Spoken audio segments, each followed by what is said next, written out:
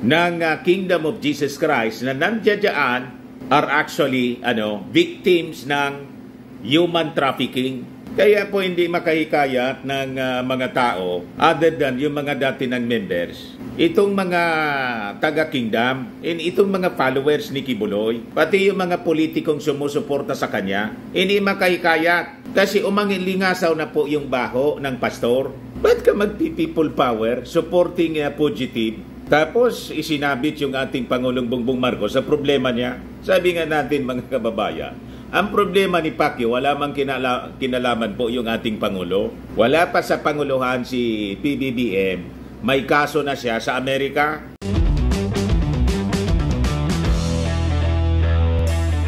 Ito naman po yung bago naming product na binibenta online.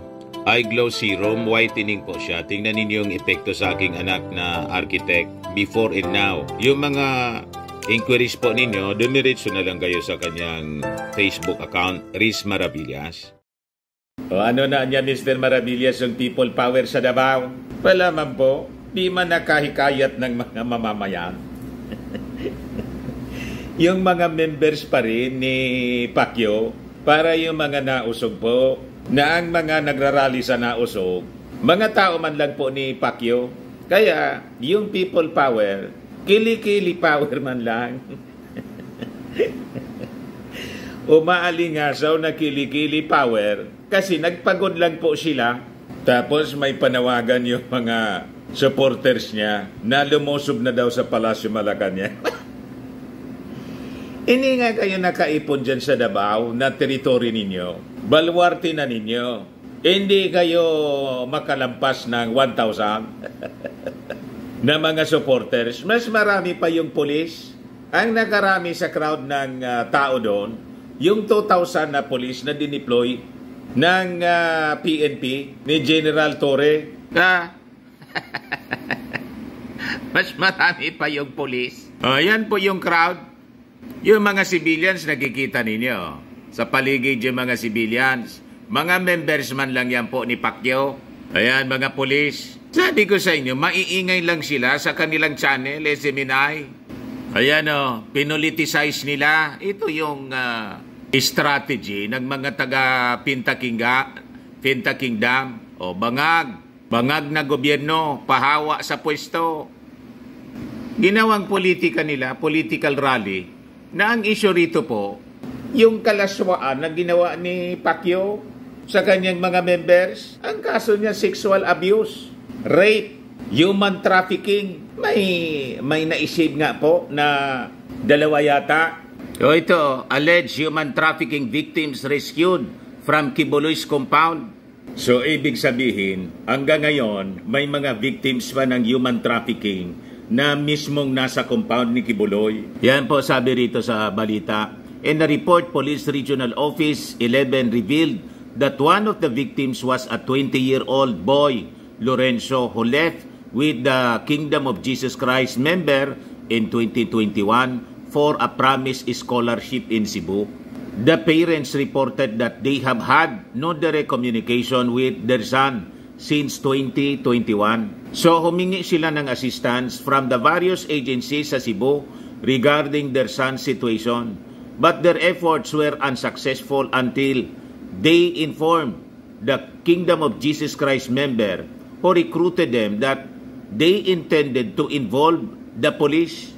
It was then that they discovered na itong si Lorenzo had been taken to the Kingdom of Jesus Christ Davao since June 2024. Ibig sabihin mga kababayan, yung krimen na human trafficking po is still happening as of this time sa compound mismo ng Kingdom of Jesus Christ. Na-rescue pa lang po. Investigation showed that the boy was asked to stay for 3 months in the Kingdom of Jesus Christ compound, but when he sought permission to return home, yung mga officials ng kingdom did not allow him. Pinigil po. Meanwhile, 52-year-old victim Jeneline Bingel was reportedly recruited and brainwashed by the Kingdom of Jesus Christ members. Bingel's situation was reported by her 20-year-old daughter to authorities. Sabi po sa report, si Dingel never returned home sa kanyang mga anak sa Midsayan after being confined inside the Kingdom of Jesus Christ compound. PRO 11 said families of both victims sought the assistance of Davao authorities on Sunday, kahapon lang po ng umaga, to help them rescue their loved ones.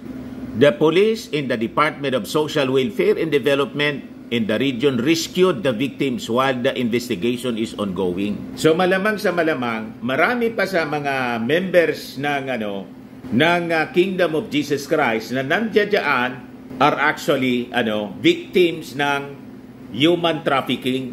Kaya po hindi makahikayat ng mga tao other than yung mga dati ng members. Itong mga taga-kingdom, itong mga followers ni Kibuloy, pati yung mga politikong sumusuporta sa kanya, hindi makahikayat. Kasi umangilingasaw na po yung baho ng pastor. Ba't ka magpi-people power supporting fugitive? Tapos isinabit yung ating Pangulong Bongbong Marcos sa problema niya. Sabi nga natin mga kababayan, ang problema ni Pacquiao, wala mang kinalaman po yung ating Pangulo. Wala pa sa Panguluhan si PBBM. May kaso na siya sa Amerika. Matagal na yung kaso niya sa Amerika. At dito po, kasi barkada niya yung previous president, si Mau Diggs, kaya walang naglakas ng loob na magkaso sa kanya. May nagreklamo sa kanya sa Senado at sa Kongreso. Tapos challenge niya mga kababayan yung ating gobyerno na mag-file sa korte, kasi pag pinailan niya sa korte, sasagutin niya, final, nagtago. Tapos sisisihin ninyo yung ating Pangulong Bongbong Marcos. May private complainants po, tulad nito na sumingaw na naman po at na-rescue na 2 human trafficking victims. Alangan man po yung ating mga authorities hindi mag-aksyon sa mga complaints galing sa mga mamamayan. So obligasyon ng ating gobyerno. Kaya yung panawagan po ng PNP sa mga political backers ni Pacquiao, sabihan nyo daw si Pacquiao na mag-adhere sa batas. Yun ang dapat na gawin ni Super Ate Amy Marcos, ni Senator Bato, ni Bongo, na nagpalabas ng mga statements, lalo na po si Inday at yung tatay niya. Mga opisyal kayo at dating opisyal ng gobyerno, dapat mag-set kayo ng magandang halimbawa. Mas maayos pa sa inyo na mag-isip yung ating PNP. Ito yung panawagan po. PNP to Kibuloy's political backers, tell him to adhere to the law. Naintindihan mo na loro. Inday, malamang sa malabang, sa susunod mga kababayan na survey, dumaos-dos ng tuluyan. Baka mag-negative na yung ratings ni Inday, trust ratings. Wala man iba pong sisisihin, kundi sarili niya. Mali-mali yung kanyang ginagawa. Mulat sa pulpa, mali na siya. Ganon din si Super Ate. Kaya padaos-dos ng padaos-dos. Si Bato po, number 60 na lang. Si Bongo, nasa magic nasa magic 5 pa yata sa latest survey. Si Digong, number 2 sa senatorial. Pero doon naman tayo na tatakbo si Digong. Baka tumakbo siya papuntang China kasama si Bato at si Inday. Bakit niya, Mr. Maravillas? Pag binitawan na ng ating Pangulong Bongbong yung Sword of Damocles na ICC, hindi na sila niyan makatakbo sa 2025 midterm elections, pati sa 2028 election, wala na sa kanilang tatakbo. Ang takbo nila niyan, papuntang Beijing. Susunod sila mga kababayan kay Alice Goo. Pati itong si Harry Roque, malamang tatakbo rin. Lahat sila magtatakbo Iyan kasi sa pinangaralan mga kababayan ni PNP Director General Marbil, si Pacquiao, tinuruan ng Bible. Kita ninyo. Tama man po talagang turuan ng Bible itong si Pacquiao kasi mali yung pagkaintindi niya sa Bible. False teacher ito pong si Pacquiao. Mga kababayan, imagine yung sarili na inappoint niya as Son of God. Saan siya kumuha ng authority to appoint himself as the appointed Son of God? That is a false teaching. Walang appointed Son of God. Tingnan ninyo po sa Bible. Mayroon po adopted Son. Sabi nga natin mga kababayan, ang teaching ng Bible napakalinaw para doon talaga sa totoong tumanggap sa ating Panginoong Hesukristo as personal Lord and Savior, totoong naligtas ang kaluluwa, totoong nag-surrender ng kanyang buhay sa ating Panginoon. May gift of discernment siya. Pero itong si Pacquiao, wala po siya. Bakit? Ay, ito nga po, tinuturuan natin. Saka, pati si General Marbil, mas nakaintindi pa si General Marbil kaysa kay Pacquiao. Sabi rito sa Politico News, Son of God siya, di ba? Marbil urges Kibuloy to follow the Bible, surrender. Kaya may objection tayo doon sa sinabi ni Marbil na Son of God siya, di ba? Wala pong Son of God other than yung ating Panginoong Hesukristo. Kasi yung ating Panginoong Hesukristo, the only Son of God, the begotten Son of God, bugtong nga pong anak ng Diyos. Pag sinabi mong bugtong, isa lang siya. Itayuan niya na mga tao, di ba ang tawag natin sa Ama sa langit, Ama rin. Pag ikaw ay naligtas na totoo, you become adopted. Adopted lang po. Hindi Son of God, adopted Son. Inadapt na anak, iba man yung inadapt na anak kaysa totoong naging anak. Kasi nga, bugtong, si Jesus Christ lang po ang Son of God. Kaya ang claim po ni Pacquiao na Son of God siya, appointed Son, false claim. Kahit tingnan po ninyo ang Bible, kung bakit tayo magiging tagapagmana at papasok sa langit, karyaan ng Diyos, dahil tayo inadapt. Naging tagapagmana na rin. Pag ikaw inadapt, naging tagapagmana na rin. Yan ang turo ng Bible pong malinaw. Ulitin ko. Ito, na-discuss na natin ito. Pero ulitin natin. Sabi sa Romans 8:14-17, Paul wrote that as God's appointed Son, adopted sons, as God's appointed na akong appointed, adopted sons, we become His heirs. If we are His children, then we are heirs. Heirs of God and co-heirs with Christ. Sabi sa Romans 8:17. So naging tagapagmana rin tulad ng ating Panginoong Hesukristo. Co-heirs. Kasi ganoon, di ba? Kahit dito sa ating sa ating mundo, pag ikaw ay legally adopted son ng isang mayaman, nagiging tagapagmana ka na rin. Pinapamanaan ka rin tulad ng totoong anak ng mayaman. Ganon din ang binigay sa ating karapatan sa langit. Pero ang iisang anak ng Diyos, si Hesukristo man lang, the only begotten Son of God. Kinuha yung right na yon, kinuha ni Pacquiao, which is false. That is a false claim. Appointed son daw siya. Sino nag-appoint sa iyo? Ibigay mo yung appointment. Pakita ninyo sa amin. Saang bersikulo? You see? Ang daming nalinlang po na mga members niya. Kaya tingnan ninyo, mali-mali pati yung mga actions nila. Pati yung mga politiko tulad ni Digong, tulad ni Inday, tulad ni Bato, tulad ni Bongo, tulad ni Super Ate Amy Marcos, lahat nalinlang. Intindihan na ninyo? Magbasa kasi kayo ng Bible. And kailangan po, you ask the guidance of the Holy Spirit in the evil spirit, Holy Spirit. Nabigyan kayo ng discernment.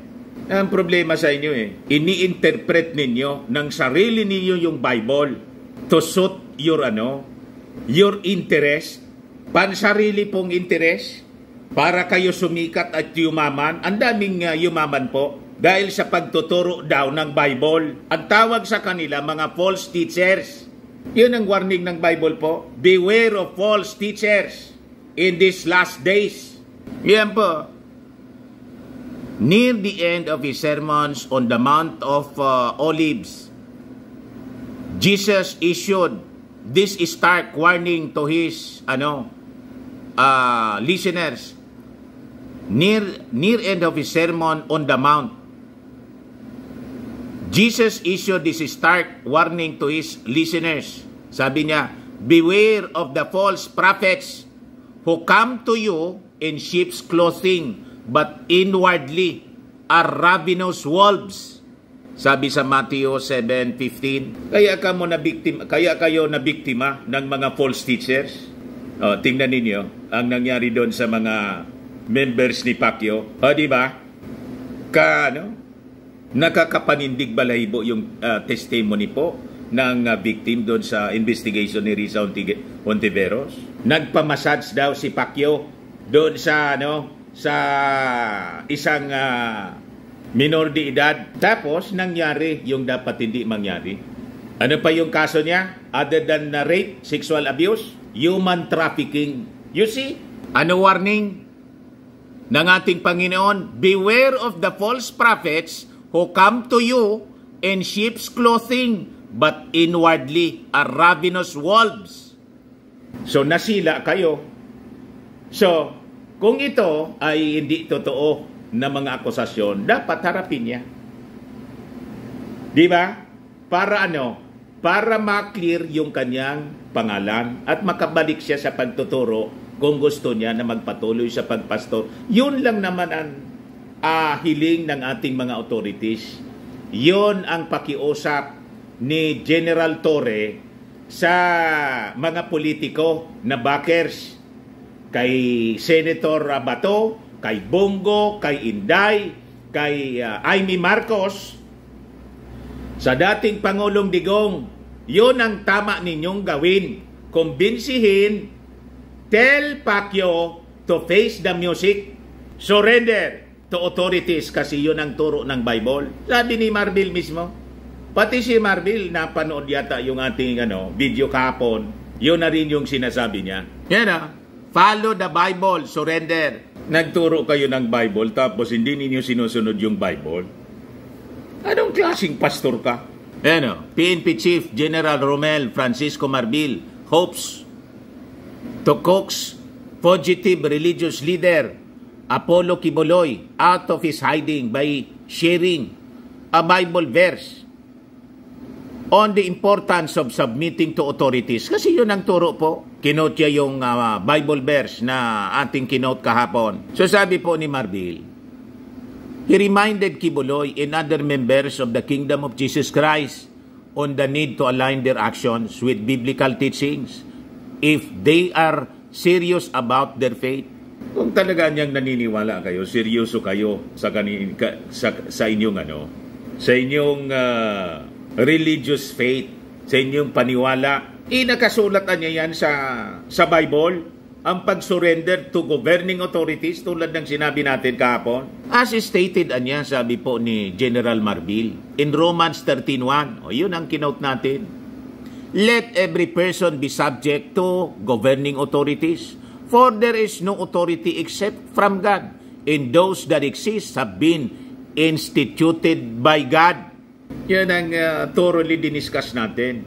Mababa pa yung quotation natin, mga kababayan, kahapon Hindi lang yung verse 1 ng Romans 13. So kayo mismo na mga members ng kingdom, si Pacquiao mismo, at pati yung mga backers niya, kayo yung hindi sumusunod sa batas ng Diyos. Ang batas po ng tao, mga kababayan, most of these legislations natin, alam ba ninyo na align siya sa batas ng Diyos, sa 10 utos?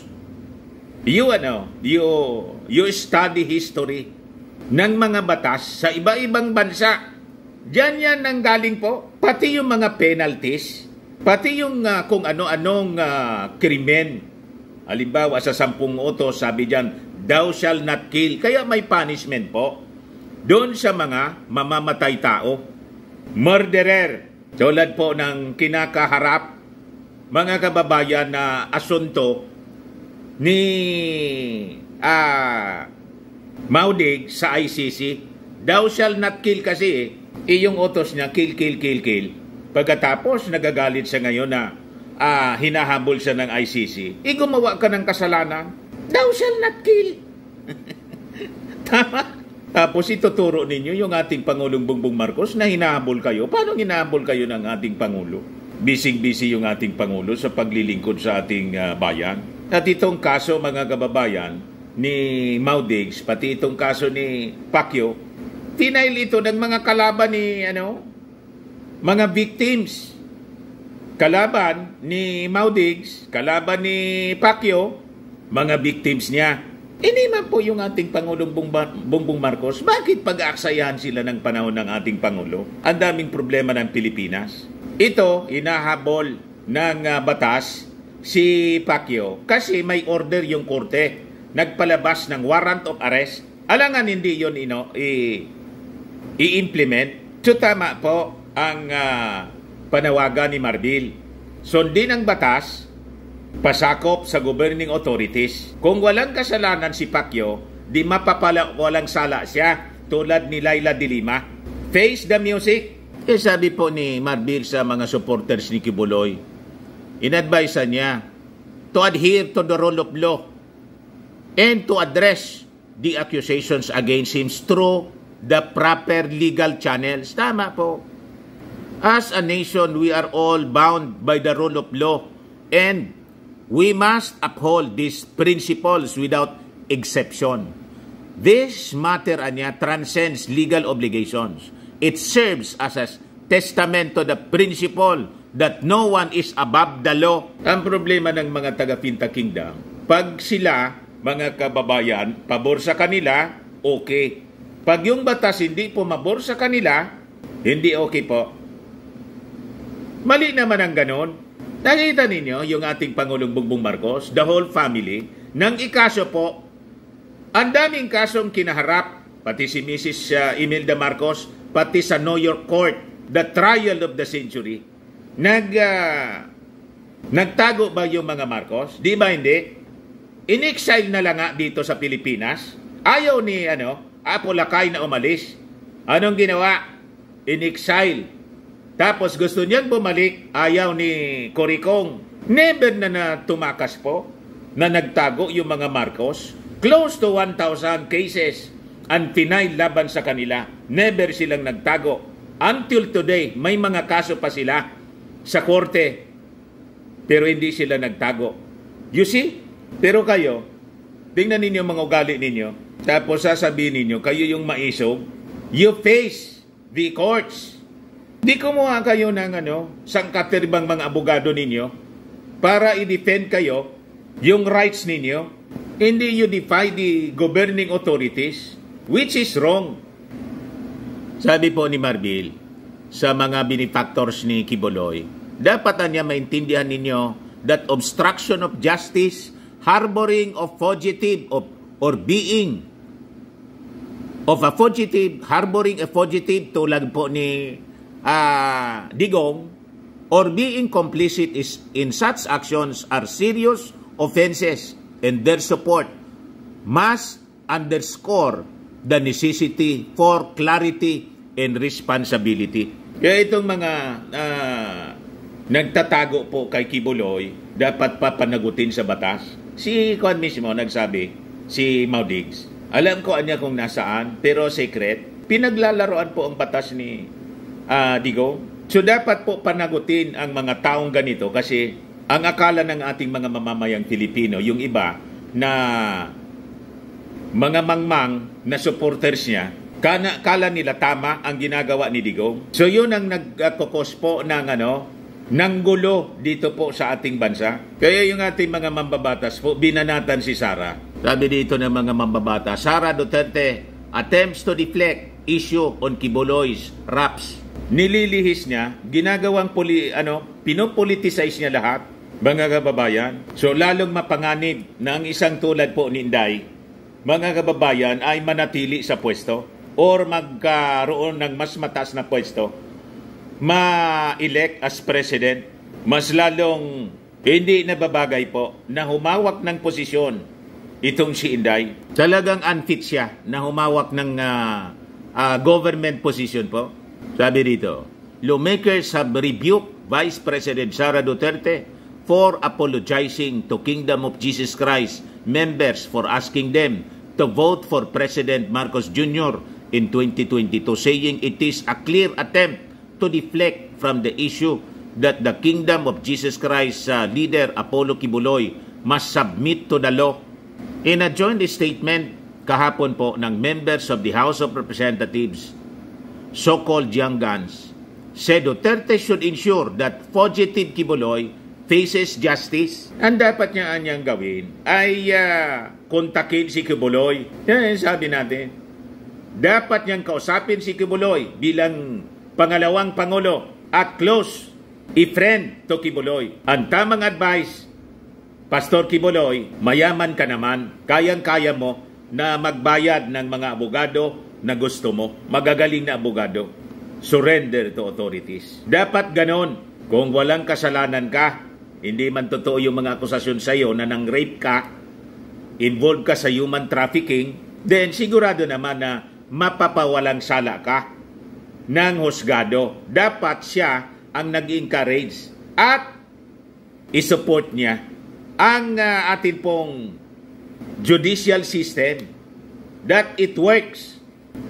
Dapat siya may tiwala sa ating judicial system. Vice Presidente ka, tapos ang sasabihin mo, humihingi ako ng paumanhin sa inyo kasi kinumbinsi ko kayo na bumoto kay Bongbong Marcos. Hindi na pati tinawag na Presidente Bongbong Marcos na lang po. Ganon ang uring tao itong si Inday Sara, mga kababayan. Sayang yung pasweldo natin. Sayang yung pagboto natin sa kanya. Hindi talaga pala karapat-dapat na maging opisyal ng ating gobyerno. So sabi po ng mga young guns, this is a clear attempt to deflect from the real issue at hand, which is Kibuloy's refusal to submit to the law. Instead of apologizing for political choices, the Vice President should be focusing on ensuring that her ally faces justice. Sabi po ni Congressman J. Congon. Sabi naman po ni 1st District Congressman La Union, Paul Ortega V, it is disheartening anya to see Vice President Duterte try to shift the narrative by invoking his role in the last election. The reality is that this situation is about holding a fugitive accountable for his actions, not about who voted for whom in 2022. Nililihis niya, mga kababayan, anong kinalaman ng pagkapanalo ng ating Pangulong Bongbong Marcos? Dahil in-endorse niya sa mga taga-kingdom. Kung kukumputin po, yung boto ng ating Pangulong Bongbong Marcos, 31 million. Yung members ng kingdom, 8 million. 31 million minus 8 million, 23 million. Panalo pa kay Leni Robredo, 16 million lang, mga kababayan, ay 14 million lang kay Leni Robredo.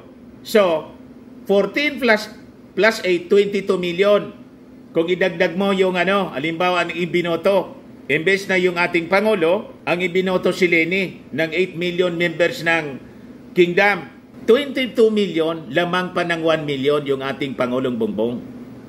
So, in-endorse, hindi in-endorse, mga kababayan, ni Inday sa Kingdom, yung ating Pangulo pa rin, panalo.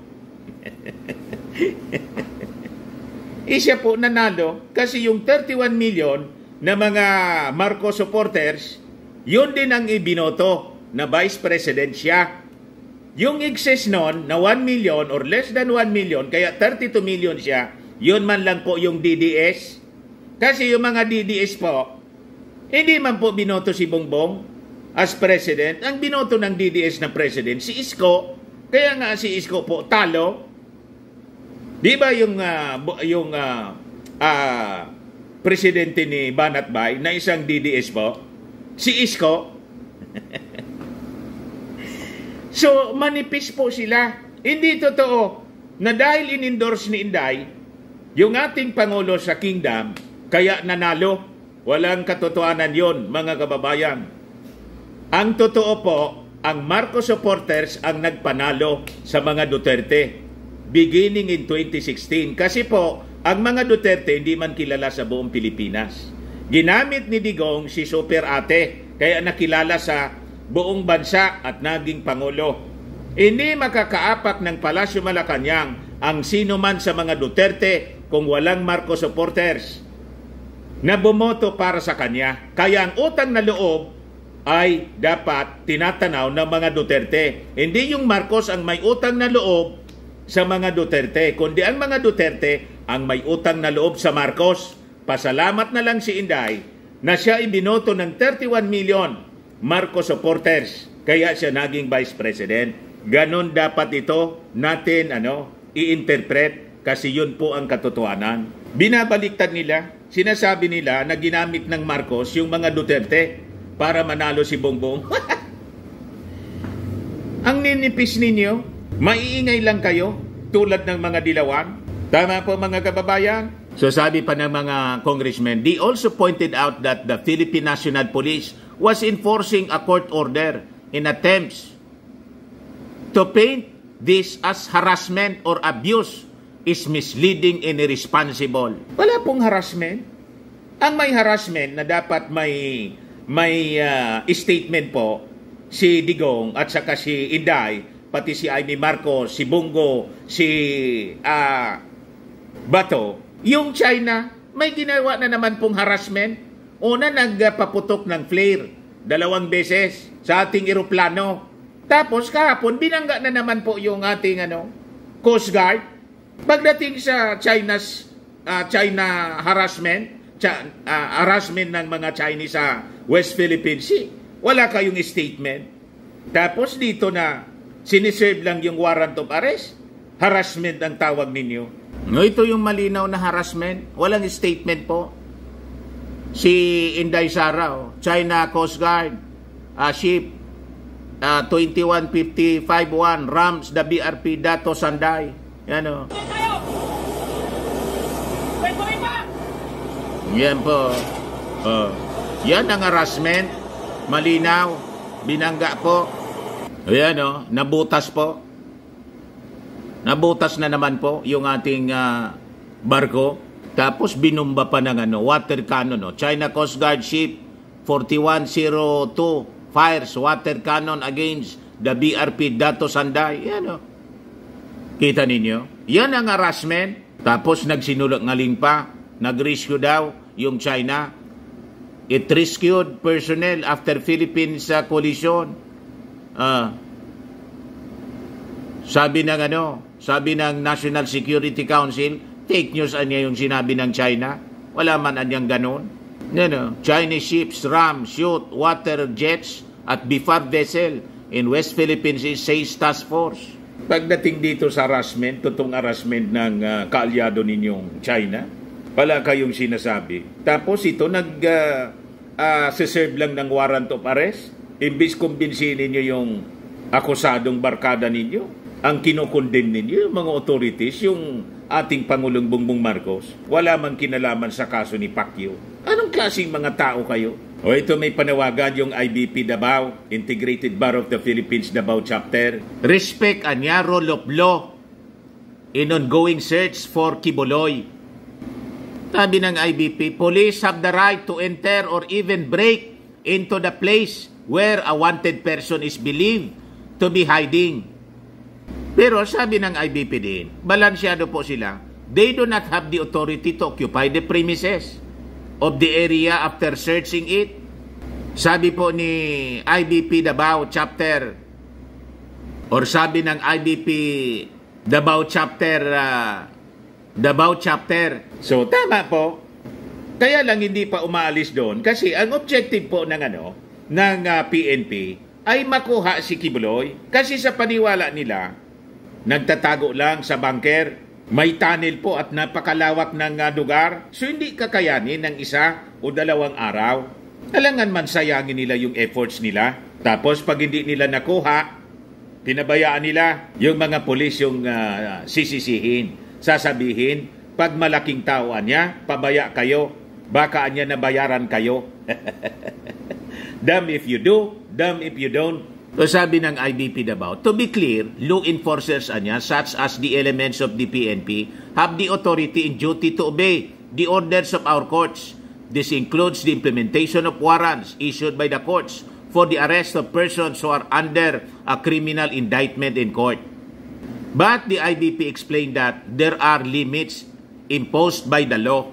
If the police have good basis to believe that a person to be arrested is inside a certain place, they have the right to enter the place and even to break into such place if refused admittance after announcing their authority and intention.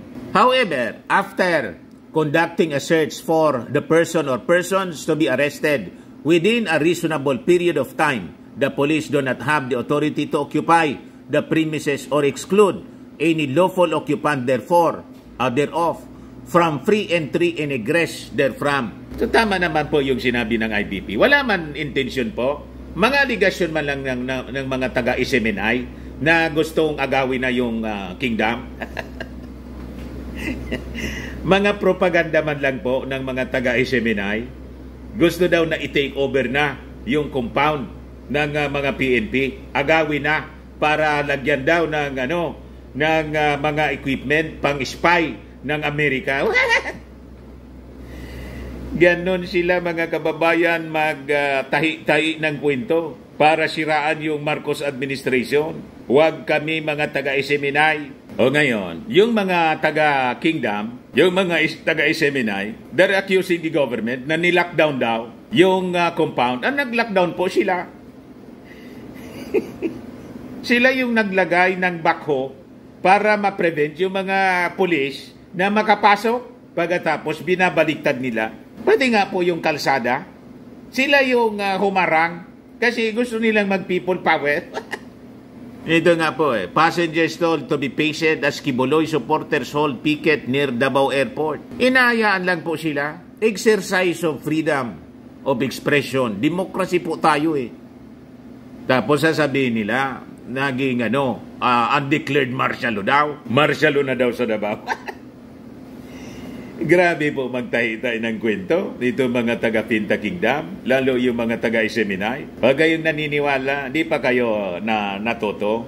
Pinakalat nila na may 7 na namatay daw sa operations ng mga police. Yun pala po, 2 man lang yung namatay. Heart attack, wala mang kinalaman po sa mga police.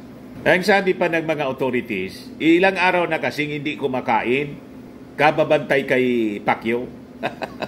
Nadamay tuloy. You see, because of fatigue, na heart attack na po. Tapos isisi ninyo sa sisihin ninyo ang sarili ninyo. Ba't kasi ninyo pinoprotect si Pacquiao?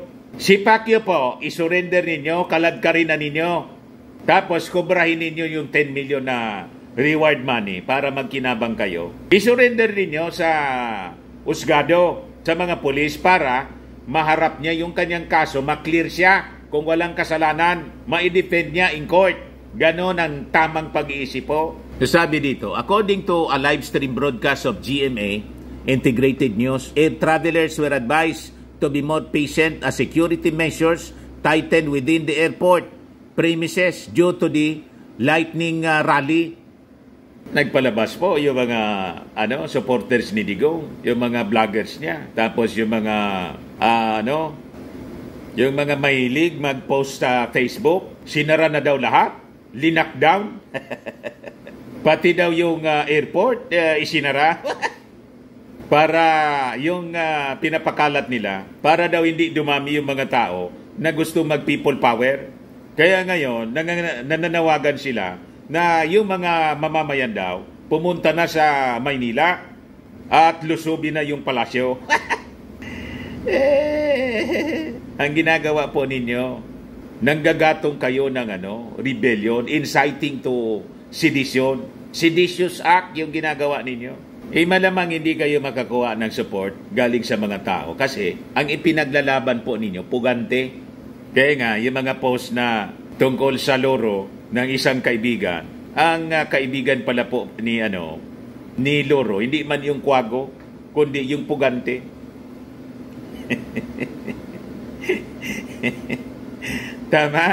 Ang tamang gawin po, surrender, submission to governing authorities. Yan ang malinaw na turo ng Bible.